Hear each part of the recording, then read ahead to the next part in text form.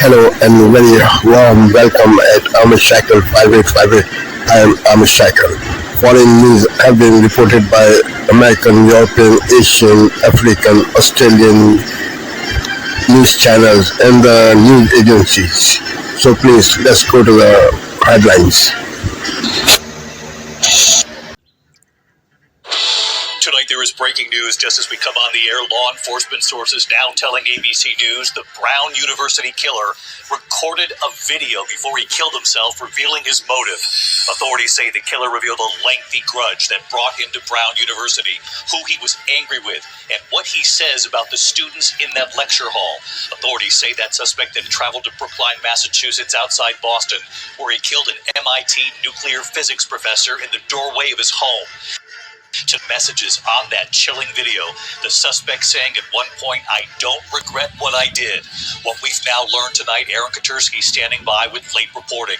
Also breaking at this hour, sources now telling ABC News tonight that the U.S. has now given Venezuela's interim leader a list of demands that must be met before Venezuela can sell its oil again.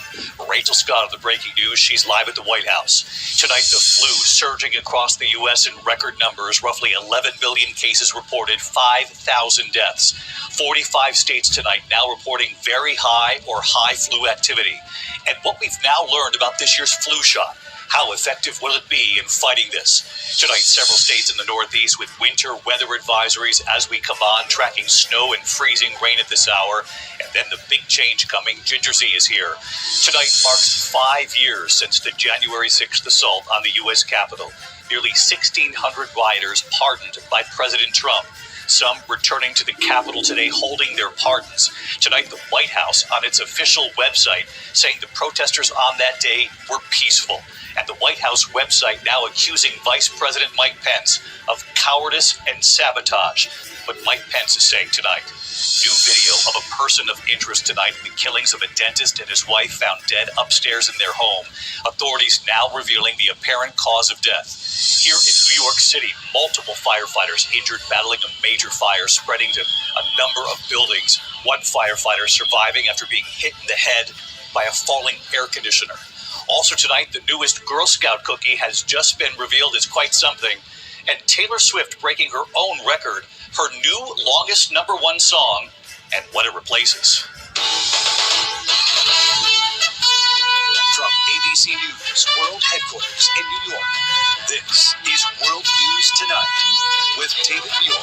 Good evening. We begin tonight with several breaking stories. The U.S. delivering new demands at this hour to Venezuela. ABC News learning that the U.S. says Venezuela must kick out China, Russia, Iran, and Cuba and sever economic ties with them before Venezuela can sell oil again. So Rachel Scott standing by. But we do start tonight with this chilling video discovered. Authorities say the killer behind the mass shooting at Brown University and then the murder of an MIT professor outside Boston actually recorded a video before he killed himself in a storage facility in New Hampshire. They say he recorded a video confession. The killer allegedly revealing it was a lengthy grudge that led him to Brown University. 2 students were killed and 9 wounded in that shooting. Authorities say the suspect then traveled just outside Boston, where he killed an MIT nuclear physics professor in the doorway of his home, all as part of his plan.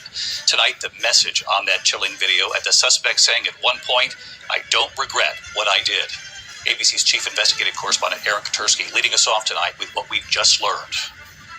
Tonight, the Brown University killer, in his own chilling words. Federal investigators say Claudio Valente, the shooter who opened fire at Brown, then traveled to the Boston area to kill an MIT professor, recorded a final video confession just before he killed himself. "I don't regret what I did," Valente said. "I am not going to apologize." The attack stunned the nation and launched a multi-state manhunt across New England just before Christmas. Valente recorded several videos in his native Portuguese, explaining how he planned his attack on a study group, killing 2 students and injuring 9 others. "I never wanted to do it in an auditorium. I wanted to do it in a regular room," Valente said, "and I had plenty of opportunities, especially this semester." And while federal investigators say they still lack a specific motive, law enforcement sources tell ABC News the suspect revealing he went to Brown because of a 20-year grudge against a university staff member.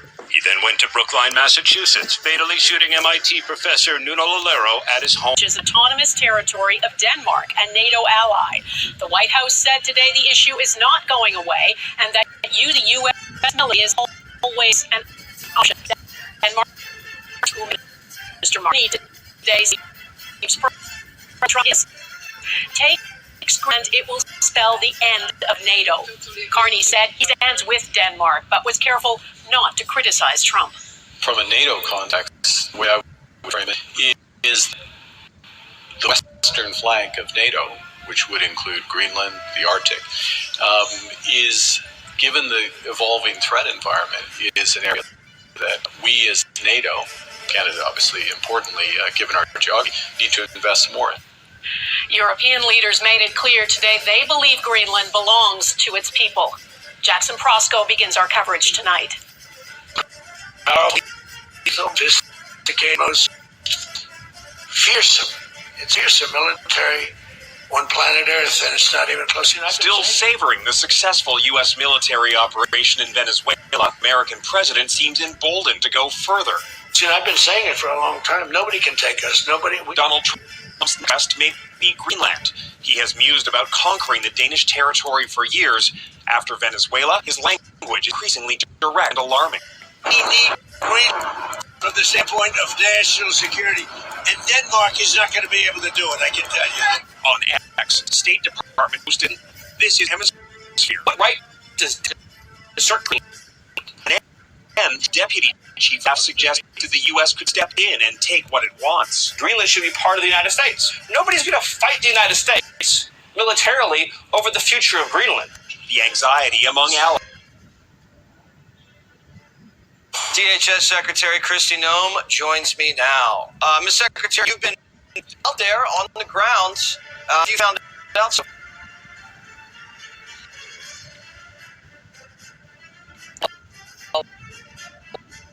What we 2,000 more officers, HSI authors, individuals there to help get to the bottom of it. We're finding only people who've come to this country, but they've sent the Americans money, put it in their kids, and then the pocket of other individuals that are here, businesses, individuals that bought luxury homes and took vacations, and they all did it using somebody else's money, and money that should have been used to help people who really was supposed to benefit from these programs. Medicaid, individuals that were supposed to get help for developmental services, that handicapped individual who had autism that needed services, and they didn't get it because these criminals were out there stealing the money and instead benefiting themselves. All right, so they're ripping off the most vulnerable members of society, and people were in Minnesota, and the politicians weren't listening, were they?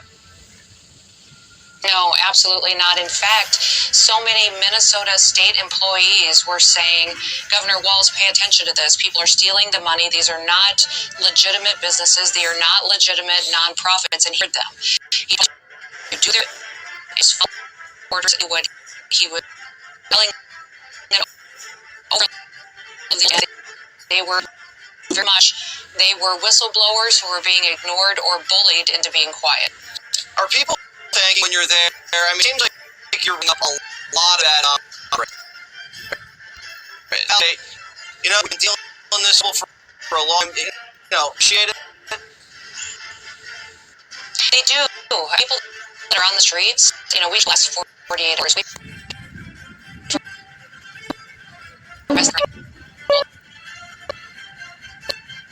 That are on Minnesota. At a time, we arrested a murderer, someone who was extorting money in other countries, and also sexual assault perpetuators, individuals who were attacking.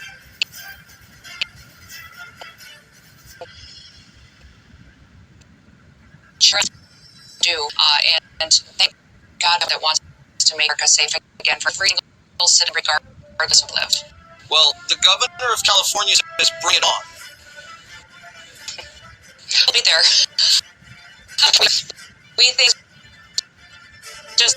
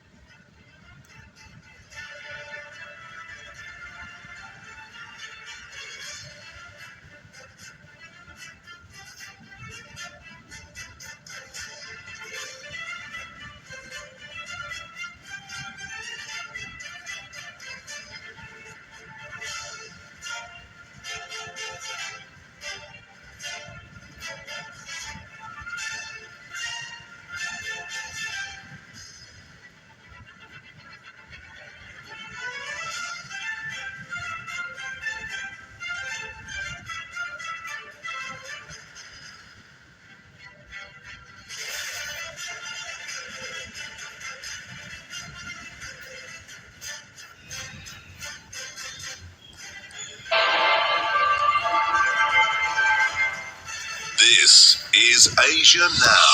It's 11 a.m. in Singapore and Hong Kong, 8:30 in New Delhi, and 10 o'clock in Jakarta. And Gratian, and at this hour. President Donald Trump says Venezuela's interim authorities will be turning over up to 50 million barrels of sanctioned oil to the U.S., with proceeds overseen by the White House. President Trump is considering a range of options, including military action to gain control of Greenland, citing national security interests as European allies voice concern. Meanwhile, Japan urges China to revoke new export controls on products with potential military uses amid fears of rare earth supply disruptions.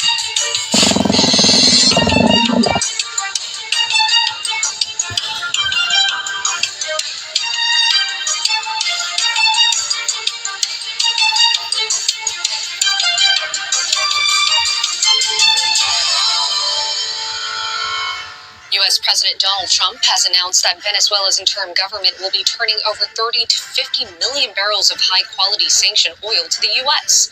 The leader tasked Energy Secretary Chris Wray to execute the plan. In a social media post, Mr. Trump said the oil will be taken by storage ships and brought directly to the U.S. He said the oil will be sold at its market price and the proceeds will be controlled by him. Mr. Trump said the money would benefit the people of Venezuela and the United States. He was speaking as reports say CEOs of top U.S. oil companies are expected to visit the White House tomorrow to discuss investments in the South American country.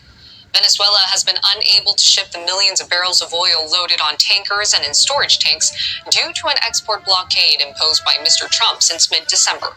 The move came as the U.S. ramped up pressure on former Venezuelan President Nicolas Maduro's government. Reports had said a deal to sell the crude would redirect them from China, which has been the South American nation's top buyer in the last decade. Mr. Trump has been pushing back against domestic criticism of the operation in Venezuela. He told House Republicans that it's an issue they can campaign on. You got to win the midterms, because if we don't win the midterms, it's just going to be, they'll find a reason to impeach me. I'll get impeached. Meanwhile, in Venezuela, interim leader Delcy Rodriguez has decreed 7 days of mourning for those killed during the U.S. military operation to capture Nicolas Maduro. Now, Cuba and Venezuela said 55 of their military personnel were killed, while Venezuela's attorney general spoke of dozens of civilian and military dead without giving a breakdown. Investors are watching developments in Venezuela closely, and Clara Lee has the latest. That's right, Grace. Oil prices remain volatile as markets weighed in on President Trump's comments that Venezuela's interim government will hand over up to 50 million barrels of oil to the U.S., and those proceeds will be controlled by him. In Asian trade, crude futures are trending lower, the Brent at about $60 a barrel.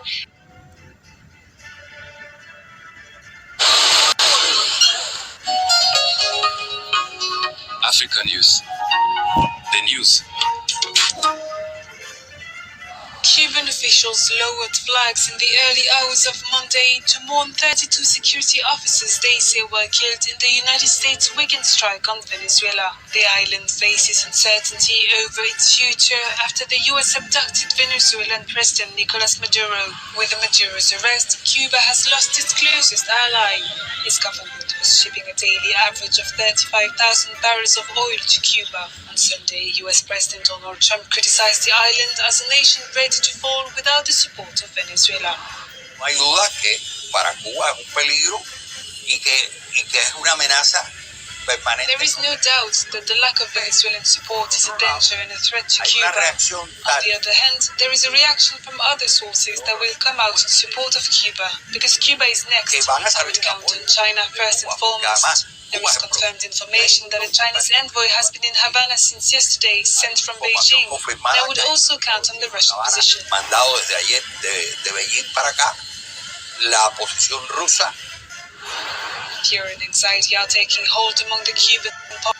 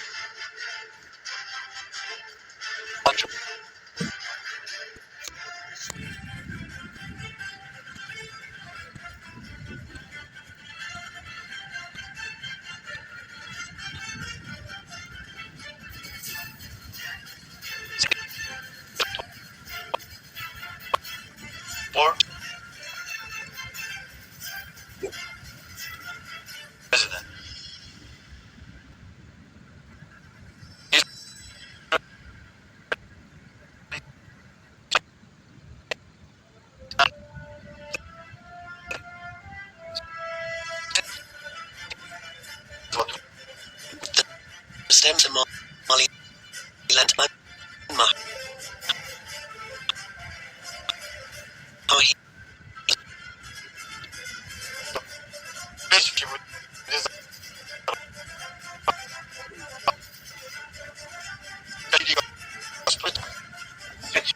The economic and development domains.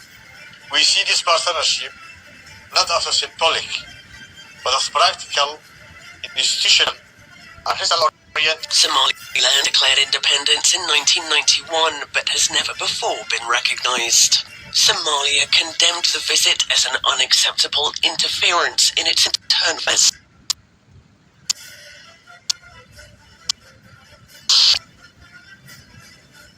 Like summer on the ABC Listen app.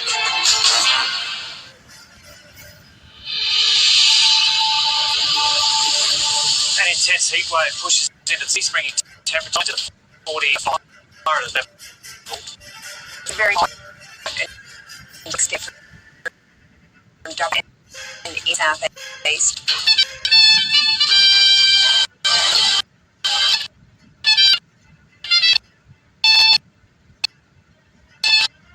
Says Greenland by force is an option after European leaders affirmed the Danish territory's autonomy. Inflation figures cooled slightly, but still sit above the RBA's target range. Oh, he's got him. Lisa does get the breakthrough. And in the cricket, it's been a slow start for the Aussie bowlers on day 4 of the final Test TG.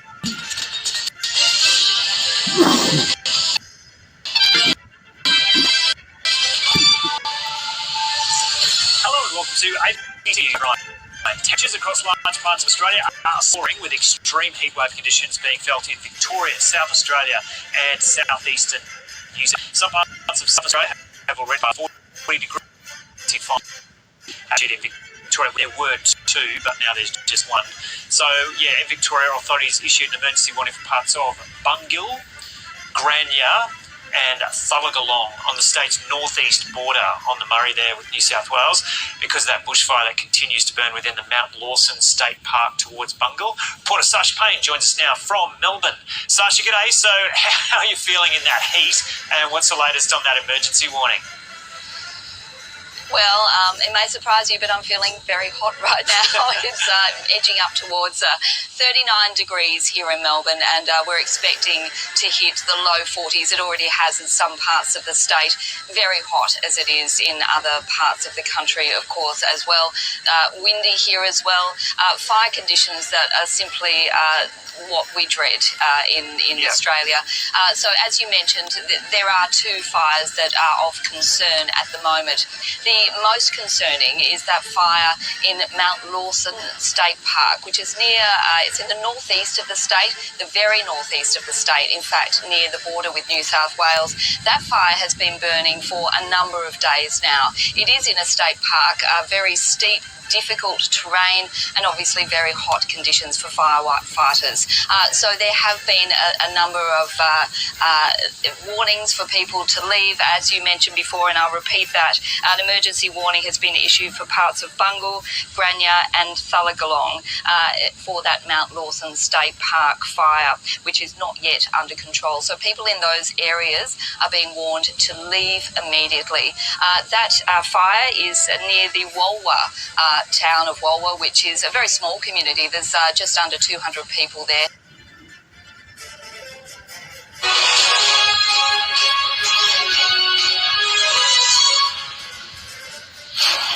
Hello and a very good morning to you. This is Sky News 3 AM. These are your latest headlines.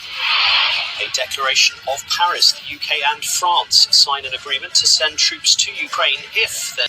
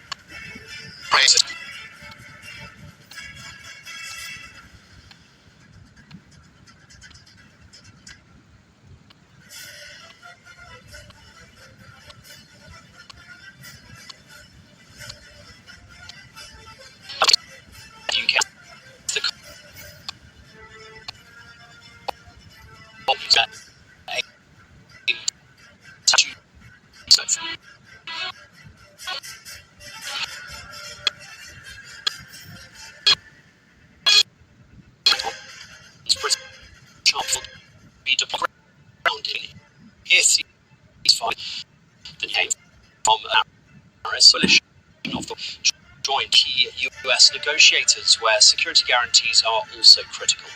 It is a significant moment in a war which began nearly 4 years ago. Sir Keir Starmer and the French President Emmanuel Macron signed a joint declaration pledging to deploy troops to eastern Ukraine to deter further attacks from Moscow and securing, as they put it, Ukraine's Donald. Especially Wickoff endorsed the declaration, stating that the US was largely finished with security protocols. Europe correspondent Alistair Bunkle reports from Paris. The coalition of the willing has often been described as an ineffective diplomatic talking shop, but tonight in Paris they finally made a step along the road to peace in Ukraine.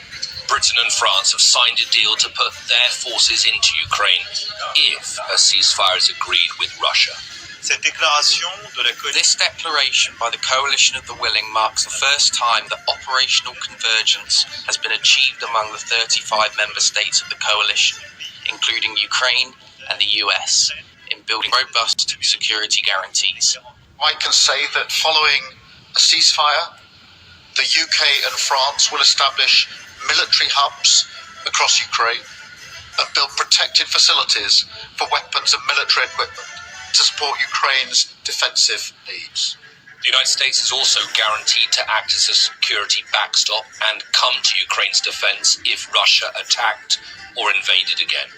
There have been many difficult moments between the two countries, but today all sides seemed at pains to complement each other. We think we're largely finished with security protocols, which are important so that the people of Ukraine know that when this ends, it ends forever. Next month, the war in Ukraine.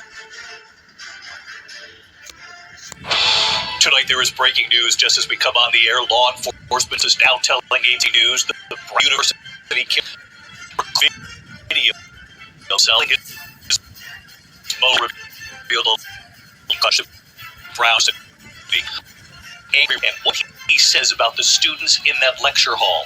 Authorities say that suspect then traveled to Brookline, Massachusetts, outside Boston, where he killed an MIT nuclear physics professor in the doorway of his home. The message on that show, the suspect saying at one point, "I don't regret what I..." Thank you for watching Amish Shakil 5858. I am Amish Shakil. I hope you will visit again. Have a good life. Bye-bye.